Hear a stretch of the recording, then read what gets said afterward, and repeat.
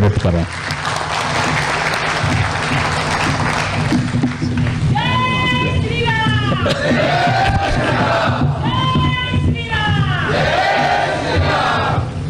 मंच पर विराजमान महाराष्ट्र के बहुत से लोगों का कहना था कि भूतपूर्व कहना अच्छा नहीं लगता है, इसलिए अभूतपूर्व मुख्यमंत्री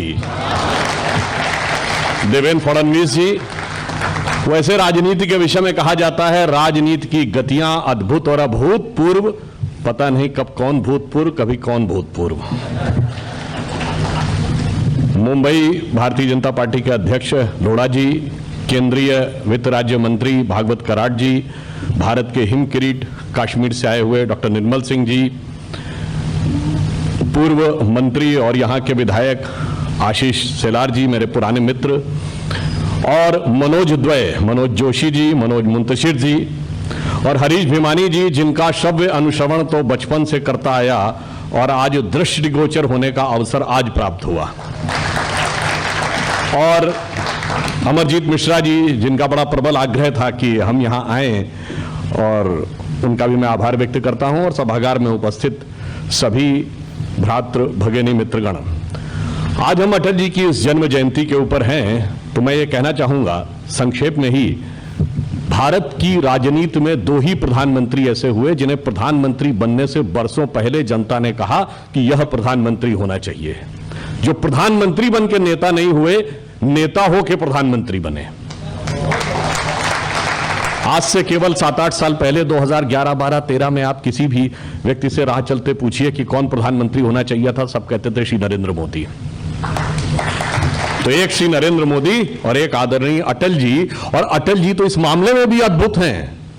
1957 में वो पहली बार सांसद बनते हैं, और 1958 में जवाहरलाल नेहरू जी कहते हैं कि 34 साल के उस युवक के लिए कि एक दिन ये देश का प्रधानमंत्री बनेगा। 40 साल देश ने उनको बतौर प्रधानमंत्री देखा। यह सौभाग्य किसी नेता को नहीं प्राप्त हुआ कि 2 पीढ़ियों तक देश की जनता उन्हें प्रधानमंत्री के रूप में देखती रही, और उन्होंने अपने आचरण में जो शुचिता, जो समृद्धि, जो आचरण दिखाया, वो अपने आप में बहुत अपूर्व था। और उसमें मुझे यह भी याद आता है कि उस एक नई यात्रा की शुरुआत इसी मुंबई की धरती से हुई थी। मैं इस मुंबई की धरती को भी प्रणाम करता हूं, क्योंकि यह सिर्फ भारत की आर्थिक राजधानी नहीं है, छत्रपति शिवाजी का भी यह क्षेत्र है, यानी यह वैभव का भी प्रतीक है, गौरव का भी प्रतीक है। अभी हमारे कई पूर्ववर्ती वक्ताओं ने कहा कि यहां पे कहा गया था अंधेरा छटेगा, सूरज निकलेगा, कमल खिलेगा। 1980 में अटल जी ने कहा था, मगर अटल जी की एक बड़ी प्रसिद्ध पंक्ति आप सबको ध्यान हो, बड़ा प्रसिद्ध कविता थी, गीत नया गाता हूं, काल के कपाल पर लिखता मिटाता हूं। मगर उससे पहले की एक पंक्ति उन्होंने लिखी थी, वो उसी कालखंड में है जब जनता पार्टी वाला गठबंधन टूट गया था और अचानक ऐसा लगा कि सारा सिजरा बिखर गया था। तो उन्होंने एक पंक्ति लिखी थी कि गीत नहीं गाता हूं, क्योंकि वो बहुत निराश हुए थे। उन्होंने लिखा था, बेनकाब चेहरे हैं, दाग बड़े गहरे हैं, टूटता तिलिस्म आज सच से भय खाता हूं, गीत नहीं गाता हूं, गीत नहीं गाता हूं।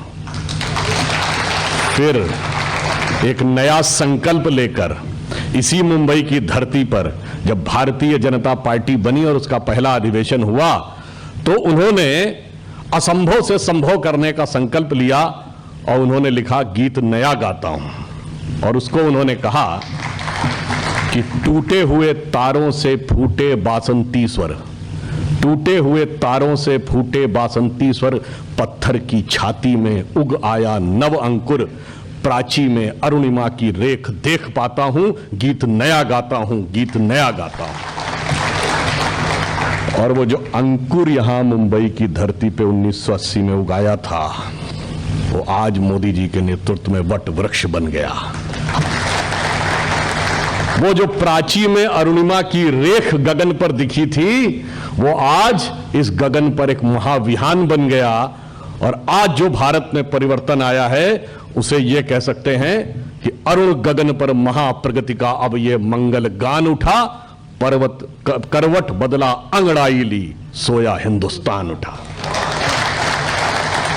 अब जब यहां पे हम बैठ के चर्चा करते हैं और अटल जी की चर्चा करें, तो मुझे संक्षेप में उनके 1-2 उदाहरण बताना चाहता हूं कि वो किस ढंग से किसी भी जटिल परिस्थिति को सहज बना देते थे। एक बार उनके साथ पार्लियामेंट में इंदिरा जी और उनके बीच में बड़ी तीखी नोकझोंक होने लगी और इंदिरा जी आवेश में आकर खड़ी हुई। उन्होंने कहा कि अटल जी, आपके अंदर मुझे हिटलर नजर आता है। तो अटल जी ने कहा कि माननीय प्रधानमंत्री महोदय, आपको मेरे अंदर हिटलर क्यों नजर आता? कहा आपकी विचारधारा वैसी है और आप हिटलर की तरह हाथ उठा उठाकर भाषण करते हैं। तो अटल जी ने कहा कि माननीय प्रधानमंत्री महोदया को इस बात पर आपत्ति है कि मैं हाथ उठा उठाकर भाषण करता हूं, तो मैं उनसे पूछना चाहता हूं, एक नेता बता दें जो टांग उठा उठाकर भाषण करता हो।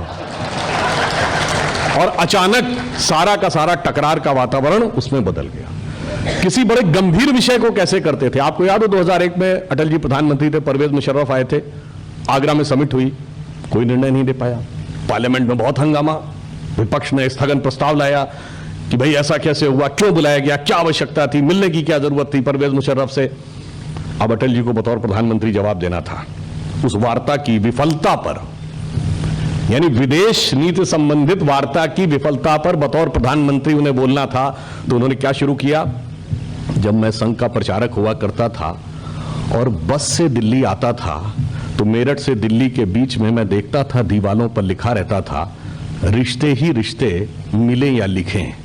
एक फोन नंबर होता था, एक एड्रेस होता था, लोग उसे पढ़ते थे, उस एड्रेस पे जाके मिलते थे। पर जरूरी तो नहीं कि हर मुलाकात में रिश्ता बन ही जाए। तो हमने भी मुलाकात की, रिश्ता नहीं बन पाया। तो ये मैं इसलिए जस्ट बताना चाहता हूं कि वो किस ढंग से किस चीज को करते थे। एक उदाहरण और देता हूं, 2004 का लोकसभा चुनाव था, लखनऊ के चुनिंदा 100 कार्यकर्ताओं को बुलाया गया प्रधानमंत्री आवास में। मैं भी वहां पे गया और सब कार्यकर्ताओं ने, जैसा आप सब लोगों को तो बहुत आभास होगा, सबने कहा अटल जी कोई आवश्यकता नहीं है, बस आप आइए, नामांकन भर के चले जाइए। किसी ने कहा 3.5 लाख से जीतेंगे, किसी ने कहा 3 लाख से जीतेंगे। अटल जी सबकी बात सुनते रहे। जब उनका समय आया तो देखिए कार्यकर्ताओं को कैसा संदेश दिया। उन्होंने कहा कि मेरे पिताजी बताते हैं घर के पास एक मौलवी साहब रहते थे। एक बार उनके पास गए, उनसे पूछा कि मौलवी साहब आपके कितने बेटे हैं? तो मौलवी साहब ने कहा जी वैसे तो 1 है, ऐसे तो 4 हैं, ऐसे तो 10 हैं, वैसे तो 100 हैं और एक tariके समझो तो कोई नहीं। तो उन्होंने कहा जी ये तो पहली कोई समझ में नहीं आई, 1, 4, 10, 100 और कोई नहीं। उन्होंने कहा जी मेरा बेटा तो 1 है मगर खाता 4 आदमियों के बराबर है, तो जब वो भोजन पे बैठता मुझे लगता मेरे 4 लड़के हैं। कहा उसके बाद वो ऊधम 10 लड़कों के बराबर काटता है घर में, तो मुझे लगता मेरे 10 लड़के हैं। और जब बाहर जाता है तो 100 लड़कों के बराबर शिकायत उसके आती है, तो मुझे लगता 100 लड़के हैं, मगर काम के समय वो दिखाई नहीं पड़ता, तो मुझे लगता मेरा कोई लड़का ही नहीं है। अब मतलब जो संदेश भी देना था वो सहज ढंग से उन्होंने दिया।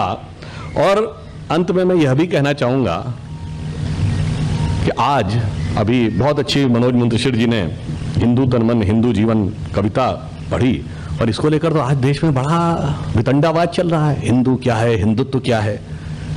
अभी प्रधानमंत्री जी ने काशी में भव्य कॉरिडोर का उद्घाटन किया और वहां तो उन्होंने क्या बोला कि यदि कोई तलवार के दम पर संस्कृति को समाप्त करने का प्रयास करता है, कोई औरंगजेब आता है तो छत्रपति शिवाजी बनकर भी कोई खड़ा होता है। अब मैं बताना चाहता हूं कि उसका उत्तर इसी महाराष्ट्र की धरती से आता है। जो लोग ये कहते हैं, जो अल्पज्ञानी लोग कहते हैं कि हिंदू शब्द 100 साल पहले, 80 साल पहले पुराना आया है, जनाब वो भूल जाते हैं कि छत्रपति शिवाजी महाराज के साम्राज्य का नाम हिंदवी स्वराज्य और बाद में हिंदू पद पादशाही था। 400 साल पहले का शब्द है। और उन्होंने जब ये कहा कि काशी में क्या आवश्यकता थी औरंगजेब का उल्लेख करने की और क्या आवश्यकता थी छत्रपति शिवाजी का उल्लेख करने की, हमारे विरोधियों ने कहा, तो इसका उत्तर भी यहीं से आता है। शिवाजी महाराज के राजकवि भूषण ने कहा था कि कुंभकर्ण असुर अवतारी औरंगजेब, काशी और प्रयाग में दुहाई फेरी रब की और तोड़े देव देवालय शहर मोहल्ले के रे, लाखों मुसलमान की ये माला तोड़ी सब की, और काशी करबला होती, मथुरा मदीना होती, शिवाजी ना होते तो सुन्नत होती सब की। इसीलिए फिर उन्होंने लिखा था, जिनको लगता है कि हिंदुत्व शब्द पुराना है उनसे कहो भाई सुनो जाके, शिवाजी के लिए कहा गया था राखी हिंदुआने का तिलक राखे, स्मृति पुराने राखो वेद धुन सुनी में, और शाही के सपूत शिवराज शमशीर तेरी, दिल्ली दल दाब के दीवाल राखे दूनी में। मगर आज शिवाजी की परंपरा के एक में एक्सक्लूसिव कॉपीराइट होल्डर दिल्ली दल तो छोड़िए इटली दल से दब गए। इसलिए मैं सिर्फ यह कहना चाहूंगा कि मनोज मुंशी जी ने अभी हिंदू तन मन कविता सुनाई थी।